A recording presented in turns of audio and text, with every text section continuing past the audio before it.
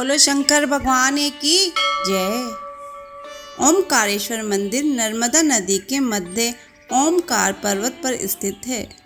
यह मंदिर भगवान शिव के 12 ज्योतिर्लिंगों में से चौथा ज्योतिर्लिंग है।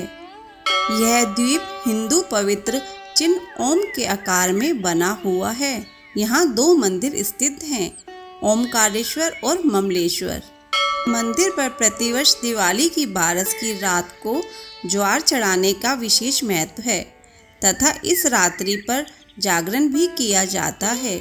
ओमकारेश्वर मंदिर में भगवान शिव की गुप्त आरती की जाती है, जहाँ पुजारियों के अलावा कोई भी गर्भगृह में नहीं जा सकता। ओमकारेश्वर ही एकमात्र ज्योतिर्लिंग है जहाँ महादेव शयन करने आते हैं। एक समय की बात है, भगवान नारद मुनि गिरिराज विंध्याचल पर आए और विंध्याचल ने वहाँ बड़े आदर से उनका पूजन किया। मेरे पास यहाँ सब कुछ है, कभी किसी बात की कमी नहीं होती है। इस भाव को मन में लेकर विंध्याचल नारद जी के सामने खड़े हो गए। उसकी यह अभिमान भरी बात सुनकर नारद मुनि लंबी सांस खींचकर चुपचाप खड़े रह गए। यह देख विंध्याचल पर्वत ने पूछा, आपने मेरे यहाँ कौन सी कमी देखी है? आपके इस तरह लंबी सांस के आने का क्या कारण है? नारद जी बोले, तुम्हारे यहाँ सब कुछ है, फिर भी मेरू पर्वत तुमसे बहुत ऊंचा है।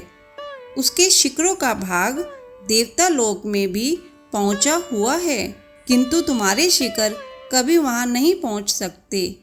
ऐसा कहकर नारद जी जिस तरह आए थे उसी तरह वहाँ से चल दिए, परंतु विंध्याचल पर्वत अप्रसन्न थे और उनका मन विचलित हो उठा। उन्होंने यह निश्चय किया, अब मैं भगवान शिव की कड़ी तपस्या करूँगा। ऐसा करके विंध्याचल पर्वत प्रभु शिव जी की शरण में आ गए। उन्होंने भगवान शिव की मूर्ति की स्थापना की और 6 महीने तक निरंतर भोलेनाथ शंकर की आराधना करके ध्यान में तत्पर हो गए। वह अपनी तपस्या के स्थान से हिले तक नहीं। उनकी ऐसी कठोर और अविचल तपस्या देख पार्वती पति शंकर ने विंध्याचल को अपना वह स्वरूप दिखाया, जो बड़े बड़े योगी मुनियों के लिए भी आसान नहीं था। और प्रसन्न हो शिव जी ने उससे कहा कि विंध्याचल तुम मनवांछित वर मांगो, मैं तुम पर बहुत प्रसन्न हूँ और तुम्हें तुम्हारी इच्छा की प्राप्ति कराने आया हूँ। विंध्याचल ने प्रभु की स्तुति की और बोले, आप सदा ही भक्त वत्सल हैं। यदि आप मुझ पर प्रसन्न हैं तो मुझे ऐसी बुद्धि प्रदान करें जिससे सभी कार्य सिद्ध हो सके। भगवान शिव ने उन्हें उनका मनचाहा वरदान दे दिया।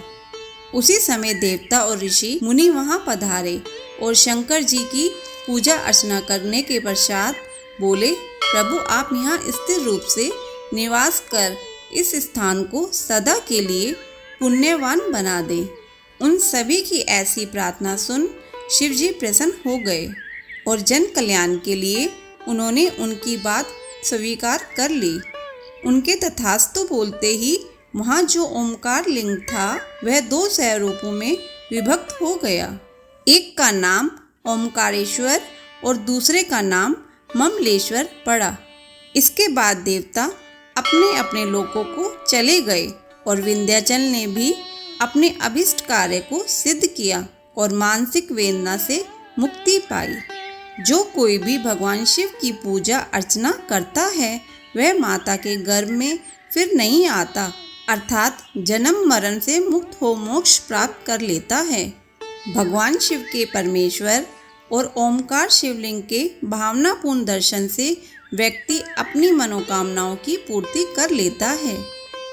बोलो शंकर भगवान की जय। ऐसी कथा और कहानियों के लिए हमारे चैनल को सब्सक्राइब करें। धन्यवाद।